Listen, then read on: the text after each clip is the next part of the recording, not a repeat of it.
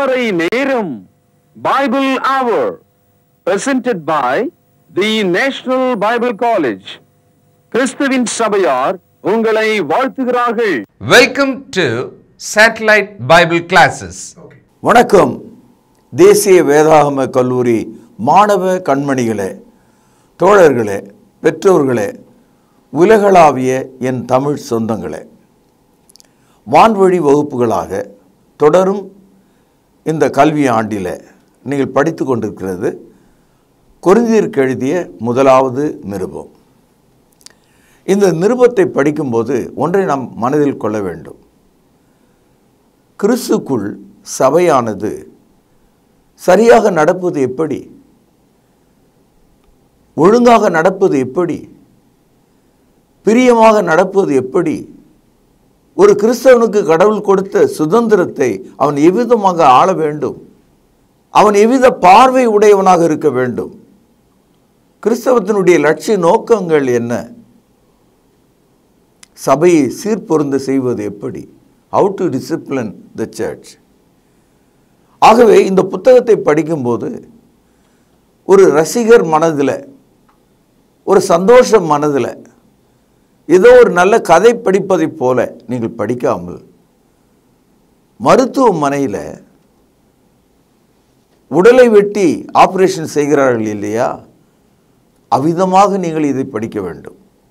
You must feel a sense on the operation table how a man being operated. God is operating the Christian, that how he should conduct his life in the church. இதுதான் இந்த புத்தகத்தினுடைய அடிப்படையாக இருக்கிறது. இன்றைக்கு 1 கொரிந்தியர் முதலாவது அதிகாரம் 18 முதல் 31 வசனங்களை நாம் தெரிந்து கொள்ளலாம். நேரமின்மை காரணமாக ஒரு கால் நான் வேகமாய் சென்றால் பொறுத்து கொள்ளுங்கள். நீங்கள் அதை உங்கள் சொந்த மொழியில் அல்லது ஆங்கில மொழியில் படித்து பாருங்கள். அந்த சிலுவை இருக்கிறது, ஒருவனுக்கு ஞானமாக இருக்கிறது, ஒருவனுக்கு பைத்தியமாக இருக்கிறது.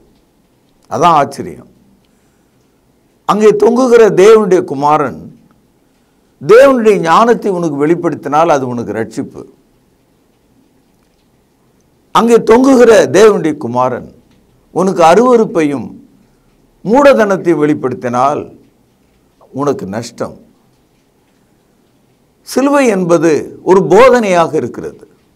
ஏனென்றால் 2000 ஆண்டுகள் ஆயிற்று.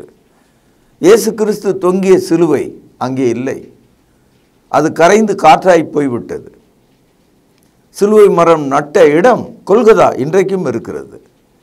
ஆனால் சிலுவையை ஒரு மரத்துண்டாக நீங்கள் பார்க்காமல், அவருடைய மரணத்தை காண்பதற்கு நீங்கள் எருசலேம் நகரத்துக்கு போகாமல் உங்கள் பைபிளை திறந்து படித்தால் அது போதனையாக உங்களுக்கு விளங்கும்.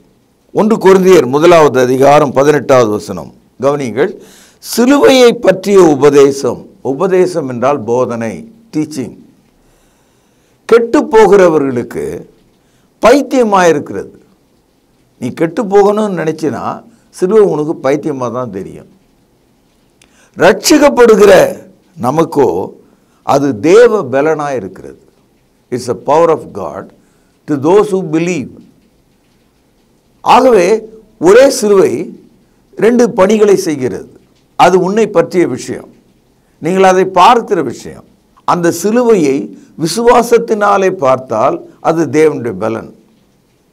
அந்த சிலுவையை அவிசுவாசத்தோடு பார்த்தால் அது உங்களுக்கு நஷ்டம், கெட்டு போகிறவர்களாக நீங்கள் இருப்பீங்க.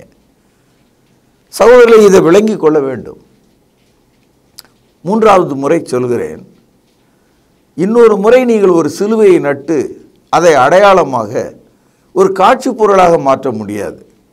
Now the cross is no more a wooden material. It is a teaching. It's God's formula to save you as God's power. தேவனுடைய பலனாக நம்மை ரட்சிக்கக்கூடிய செய்தியாக சிலுவை இருக்கிறது. இந்த இடத்துல சிலுவை சிலுவை என்று நாம் பேசும்போது குறுக்கு நெடுக்காக இருக்கிற மரத்துண்டுகளை பற்றி பேசவில்லை. We are not talking about a wooden cross. we are talking about God's plan that God offered His Son on the cross. தேவனுடைய திட்டத்தில் அவருடைய குமாரன் சிலுவையிலே தொங்குகிறாரே, அதை பற்றி பேசுகிறோம். சில பேர் கழுத்தில் ஒரு சிலுவை அணிவார்கள். அது சிலுவையின் அடையாளம். அது கிறிஸ்தவ உபதேசத்தின் அடையாளம் அல்ல.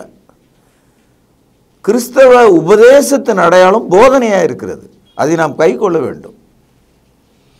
பிரச்சனை என்னன்னா, உலகத்தில் 2 வகையான மக்கள் இருக்காங்க. உங்களை மாதிரி, என்ன மாதிரி. ரொம்ப அறிவாளிங்க, ரொம்ப ரொம்ப பிரமாதமான அறிவுடைய மக்கள். எல்லா மதத்திலுமே மக்கள் ரொம்ப சர்ச் தேடிக்கொண்டே இருக்கிறாங்க. இந்த சிலுவையை பார்க்கும்போது அந்த முதல் நூற்றாண்டு காலத்தில் காலகாலமாக வந்த அந்த பழைய ஏற்பாட்டு தீவிரவாதிகள், அதாவது அந்த யூதர்கள், அவங்களுக்கு அந்த சிலுவை பார்க்கும்போது ஒரு அடையாளமாக தெரியல. அதே போல் கிரேக்கர்கள் அந்த சிலுவையை பார்க்கும்போது அடிமுட்டாள்தனமாக தெரியுது, ஞானம் தெரியல. என்னையா இது? யாராவது ஒரு புறாவுக்காக தொடையில் இருக்கிற கறியை அரிஞ்சு கொடுப்பானா? நம்ம ஊரில் அந்த மாதிரி கதை இருக்குல்ல, சிபி சக்கரவர்த்தி கதை. ஒரு புறாவுக்காக தன்னுடைய தொடையை அறிந்து கழுகு கொடுத்தான் என்ற ஒரு கதை உண்டு இங்கே. அது ஒரு கட்டுக்கதை, ஒரு அன்பின் விளக்கத்திற்காக சொல்லப்பட்டது. அதை விடுவோம். ஆனால் இங்கே தேவன் தன்னுடைய சொந்த குமாரனை சிலுவையில் கொன்றார் என்ற அந்த செய்தி சில மக்களுக்கு பைத்தியமாக தெரியுது.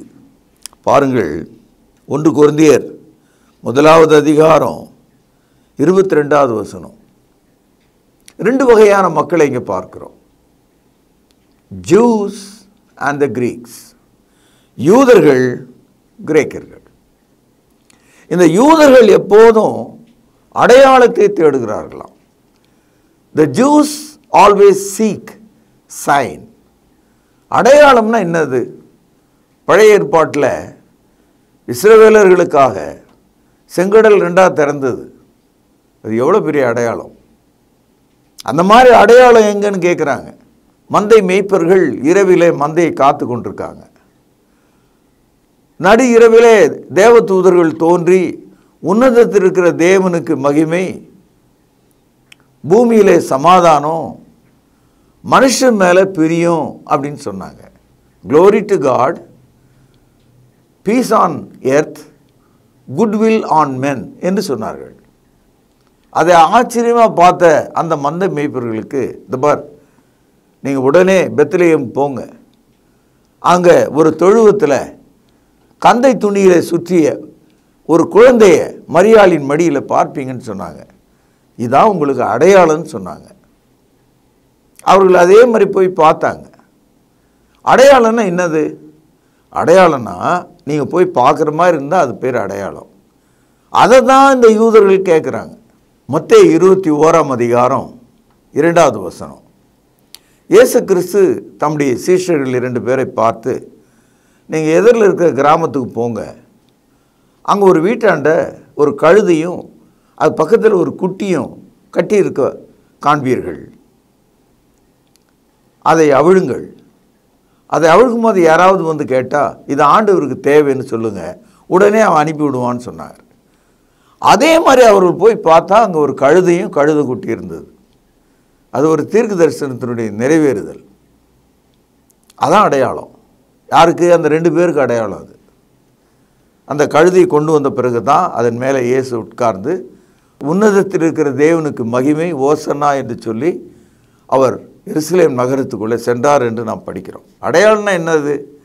அடையாளம்னா it's a mark, a distinguished mark. இஸ்ரவேல் ஜனங்கள் விடுதலையின் இரவாகிய பஸ்கா இரவன்று அவருடைய வீட்டினுடைய கதவுகளிலே ஆட்டுக்குட்டியின் இரத்தத்தை பூசினார்கள். It's a mark, it's a sign, ஒரு அடையாளம். இயேசு கிறிஸ்து தேவனுடைய குமாரன் என்பதற்கு எது அடையாளம்? அவர் ஏரோது ராஜாவோட பிலாத்தை விட மகா பெரிய வல்லவராக, சிங்காசனத்தில் உட்கார்ந்திருக்கிறவராக, கையை அப்படி தூக்கினா இந்த பக்கம் ஒரு 10,000 பேர் விழுவான், இந்த கையை அப்படி தூக்கினா இன்னொரு 10,000 பேர் கீழே விழுவான். அந்த மாதிரி சக்தி பொருந்திய ஒருவராக வருவார் என்று அந்த யூதர்கள் நினைச்சிட்டு இருந்தாங்க. ஆனால் அவர் பிறந்ததோ கந்தை துணியிலே சுற்றப்பட்டவராக, அவர் தேவனுடைய ரூபமாக இருந்தும் அதை ஏதோ திருட்டளவாக சம்பாதித்ததாக எண்ணாமல் தம்மை தாமே வெறுத்து அடிமையின் ரூபம் எடுத்து மனுஷ சாயலானார். இதை அவர்களால் புரிந்து கொள்ள முடியல. They cannot understand that Son of God came in such humblest form. They expected him, he will be an emperor, a ruler of the world. உலகத்தினுடைய மாபெரும் சக்கரவர்த்தியாக அவர் பிறப்பார்னு நினைச்சிட்டாங்க. அந்த அடையாளம் அங்கே மிஸ் ஆச்சு. அதனால் யூதர்கள் இயேசுவை பார்த்து அடையாளத்தை தேடுகிறார்களாம். இந்த கிரேக்கர்கள் இருக்காங்களே, அவங்க எப்பவுமே ஞானத்தை தேடுறாங்களாம். என்னையா ஞானம் இது? கடவுள் போய் மனுஷனை ரட்சிக்கிறார்னு சொன்னால் ஏற்றுக்கிறோம், அதுக்காக ஏன் அவருடைய மகனை அவர் சிலுவையில் கொடுக்கணும்? வேறு வழி இல்லையா? 2 தூதர்களை அனுப்பக்கூடாதா? ஒரு நட்சத்திரத்தை கீழே தள்ளக்கூடாதா? நோவா காலத்து வெள்ளம் போல வரக்கூடாதா? சோதம் காலத்து அக்னி போல மனுஷன் மேலே விழக்கூடாதா? Why God has chosen such a hardship to give his own son? நீங்கள் நான் செய்வோமா? ஒரு கடனை கட்டணும்னா பணமாக கட்டுவோம், இருக்கிற வீட்டை விற்று கொடுத்துட்டு போயிடுவோம், இருக்கிற குழந்தைய சாவடிப்போமா? மூத்த பிள்ளையை கொடுப்போமா? கொடுக்க மாட்டோமே. உயிரில் ரொம்ப முக்கியம். ஞானம் இல்லாத காரியம் இல்லையா? கடன்பட்டவனுக்கு இந்தா என் பெரிய பையனை எடுத்துன்னு போ, கடன்லாம் கொடுக்க முடியாது, வேணா அந்த பையனை வச்சுக்க, அப்படி யாரும் சொல்ல மாட்டான். என் அன்பு சகோதரர்களே, யூதர்கள் இயேசுவினிடத்தில் அடையாளத்தை தேடினார்கள், கிரேக்கர்கள் இயேசுவினிடத்தில் ஞானத்தை தேடினார்கள். 2 பேருக்கும் பதில் 0, 2 பேருக்கும் பதில் ஒன்றுமே இல்லை. கடவுள் சிரிக்கிறார். ஏன்னா அந்த பாருங்க, நீங்கள் கடவுள்கிட்ட அடையாளத்தை தேடுறதையோ ஞானத்தை தேடுறதையோ வச்சுக்கிட்டீங்கன்னா உங்களுக்கு பதில் இல்லை. சிலுவையை பாருங்கள். அவரை சவுக்கால் அடித்தவன் பக்கத்திலே நிற்கிறான், அவருடைய தலையில முள்முடியை வைத்தவன் பக்கத்திலே நிற்கிறான், அவருடைய தாடி மயிரை பிடுங்கினவன் பக்கத்திலே நிற்கிறான், அவருடைய விழாவை குத்தினவன் பக்கத்திலே நிற்கிறான், அவர் முகத்திலே காரி உமிழ்ந்தவன் பக்கத்திலே நிற்கிறான், அவரை தூஷித்து கொண்டிருக்கிற பக்கத்திலே நிற்கிறார்கள். அனைவரும் கொடூரமான அந்த மரணத்தை நிறைவேற்றி கொண்டிருக்கும் போது வானத்திலிருந்து சடிதியாக ஒரு மின்னல் தோன்றியதைப் போல இயேசுவின் வாயிலிருந்து ஒரு வார்த்தை வருகிறது. என்ன சொன்னார் தெரியுங்களா? என்ன சொன்னார்? பிதாவே, இவர்களை மன்னியும், இவர்கள் செய்கிறது இன்னதென்று அறியாதிருக்கிறார்கள் என்று சொன்னார். After all he said, Father, forgive them, they do not know what they do. This is what all about the message of the cross. சிலுவையினுடைய போதனை செய்தி என்பது நம்முடைய கண்களை பிடுங்கும் கொலைக்கார செய்தி அல்ல, நம்முடைய உயிரை எடுத்துவிடும் கொடுமை செயல் அல்ல, நம்முடைய பாவங்களை மன்னிக்கும் செய்தி, நம்முடைய கைகளில் வடியும் இரத்தத்தை கழுவும் செய்தி, நம்முடைய கால்களில் வடியும் இரத்தத்தை கழுவும் செய்தி, நம்முடைய தொண்டையில் இருக்கும் விஷத்தை கழுவும் செய்தி. ஒருவனும் நீதிமான் இல்லை. ரோமர் 3:10. எல்லா மனுஷனும் பாவம் செய்து தேவ மகிமை இழந்து விட்டார்கள். ரோமர் 3:23. பாவத்தின் சம்பளம் மரணம். ரோமர் 6:23. இவர்களுக்கு மன்னி ஆண்டவரே. சிலுவை is a message of forgiveness. Christianity, it is all about a teaching of forgiveness. ஆனால் ஏன் இது ஒரு டீச்சிங், ஏன் இது ஒரு போதனைன்னு அழைக்கப்படுதுன்னா, வெறும் சிலுவையை அப்படியே பார்த்துன்னு இருந்தால் பயன் இல்லை, வெறும் சிலுவையை இயேசு இல்லாமல் பார்த்துன்னு இருந்தாலும் பயன் இல்லை. இயேசு கிறிஸ்துனுடைய மரணத்தோடு அந்த சிலுவையை பார்த்தீங்கன்னா உங்களுக்கு பயனுள்ளதாக இருக்கும். அதனால தான் சொல்கிறாரு, சிலுவையை பற்றிய உபதேசம் கெட்டு போகிறவர்களுக்கு பைத்தியம், ரட்சிக்கப்படுகிறவர்களுக்கு அது தேவ பலனாக இருக்கிறது. புரிஞ்சுதுங்களா? இந்த செய்தி உங்களுக்கு விளங்குதா? அதாவது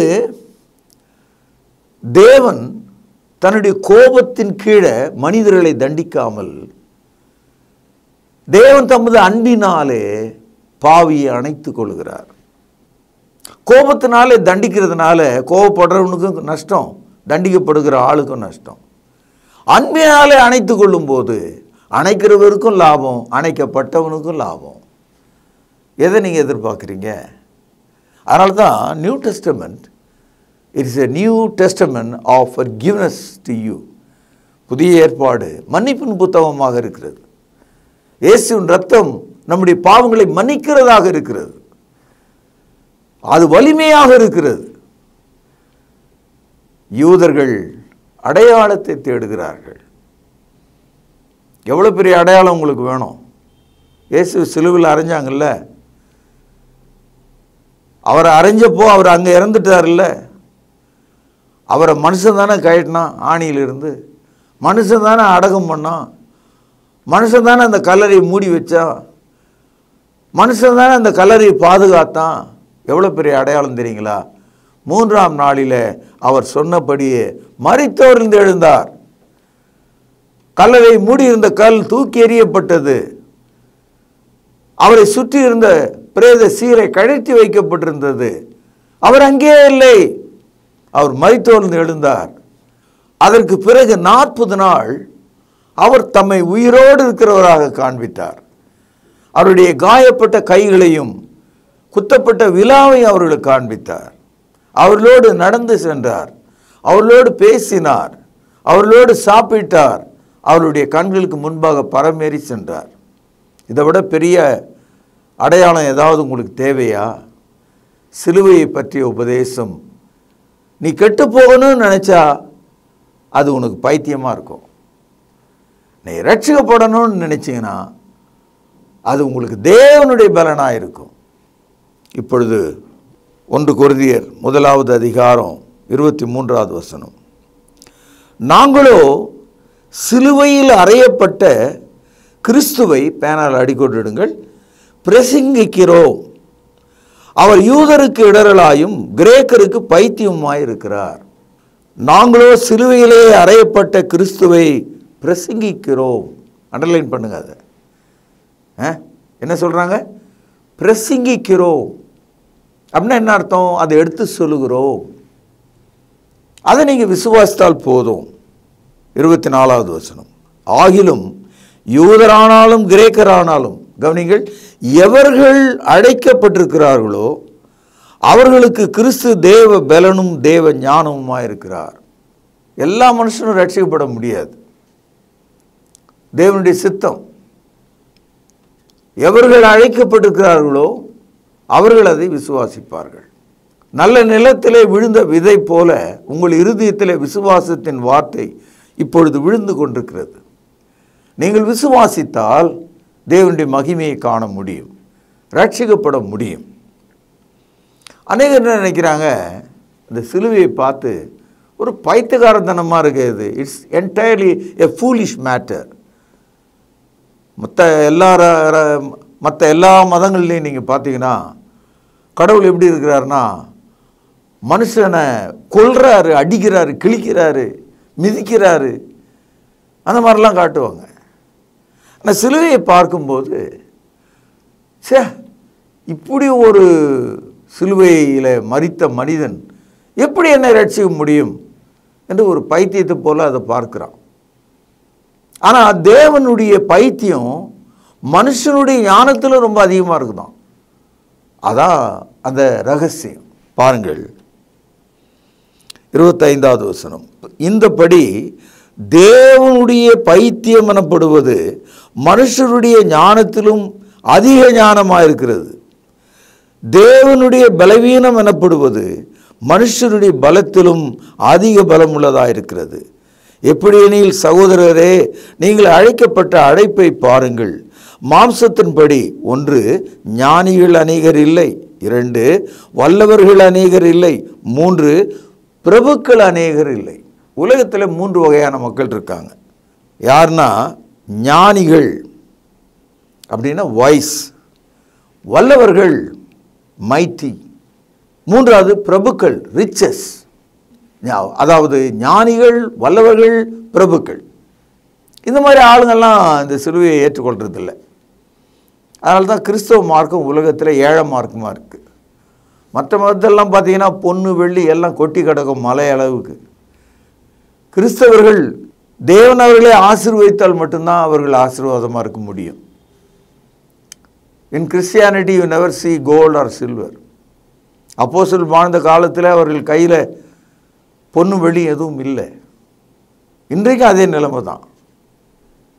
ஏனென்றால் கிறிஸ்தவத்தில் நான் ஒரு ஞானியாக உள்ள வர முடியாது, நான் ஒரு வல்லவனாக உள்ள வர முடியாது, நான் ஒரு பிரபுவாக உள்ள வர முடியாது.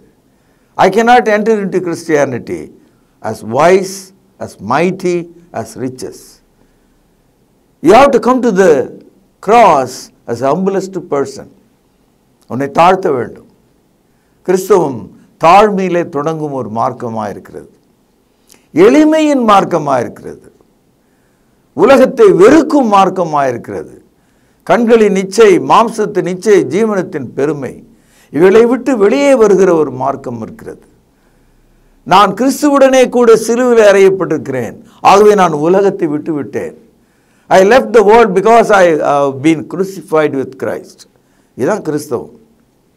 கிறிஸ்தவம் ஏழ்மையின் மார்க்கம், ஏழைகளின் மார்க்கம், ஆவிலே எளிமையுள்ளவர்களின் மார்க்கம், தாழ்மையுள்ளவர்களின் மார்க்கம். ஆனால் அன்பின் மார்க்கம், சமாதானத்தின் மார்க்கம், ரட்சிப்பின் மார்க்கம், மோட்ச மார்க்கம், விசுவாசத்தின் மார்க்கம். என் அன்பு சகோதரர்களே, இயேசு உங்களை அழைக்கிறார். இந்த சிலுவை தன்னுடைய 2 கரங்களை விரித்து உங்களை அழைக்கிறது. ஆகவே there is no need of a wise, there is no need of a mighty person, there is no need of a riches, but all you need a humility to take this cross. இந்த சிலுவை எடுத்துக்கொள்ள, இதன்படி நடக்க ஒரு தாழ்மை இருந்தாலே போதும். ஆண்டவர் சொல்கிறார், தாழ்மை உள்ளவர்களுக்கோ அவர் கிருபை அளிக்கிறார், பெருமை உள்ளவர்களுக்கோ அவர் எதிர்த்து நிற்கிறார். 1 கொரிந்தியர் 1வது அதிகாரம் 27 பாருங்கள்.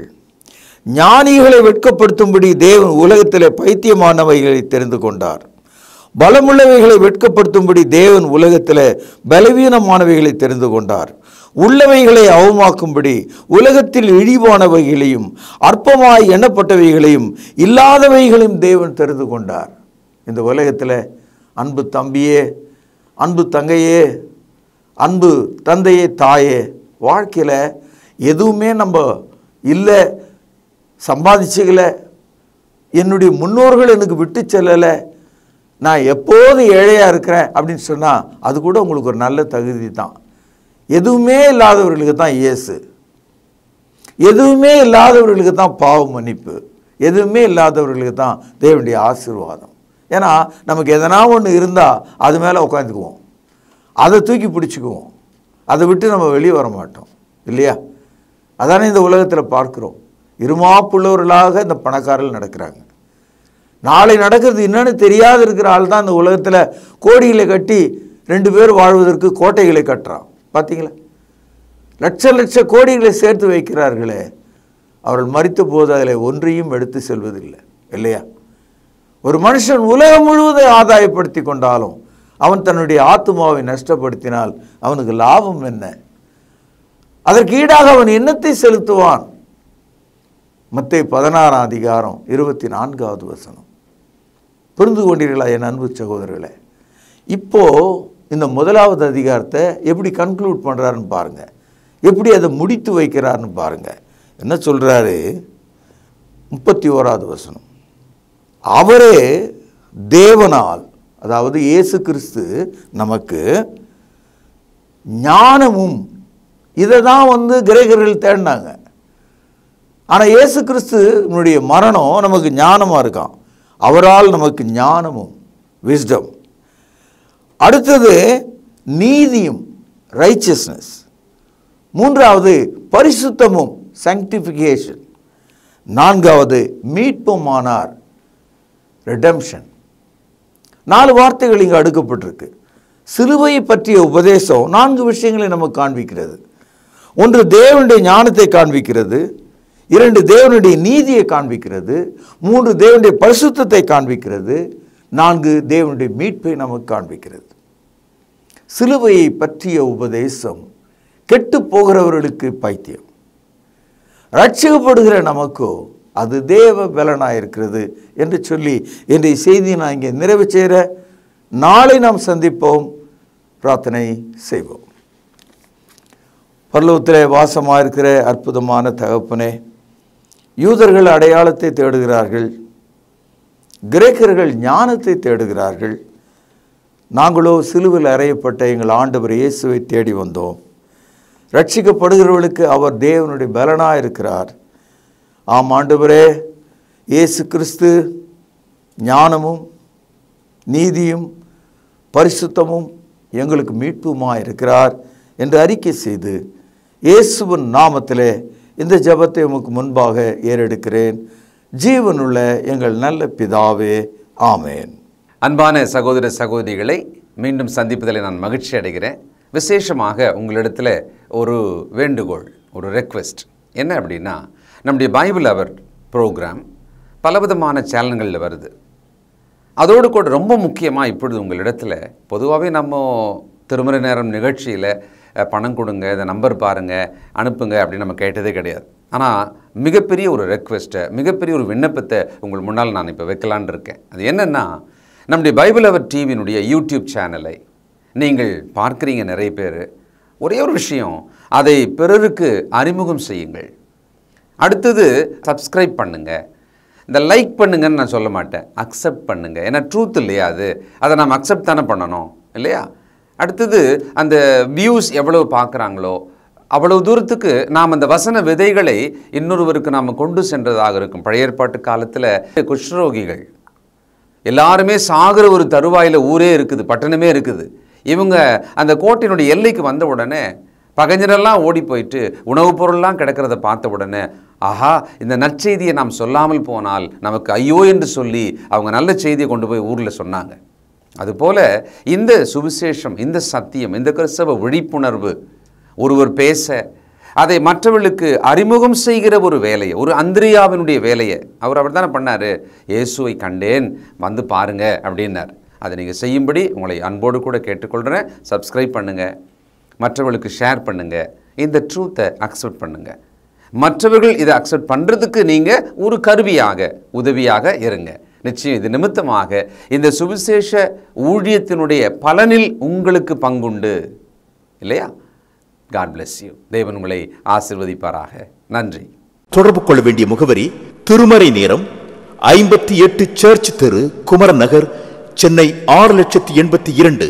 செல்போன் 9385500882. கர்த்தாவே, தேவர்களில் உமக்குப்பானவர் யார்? வானத்திலும் பூமியிலும் உமக்குப்பானவர் யார்?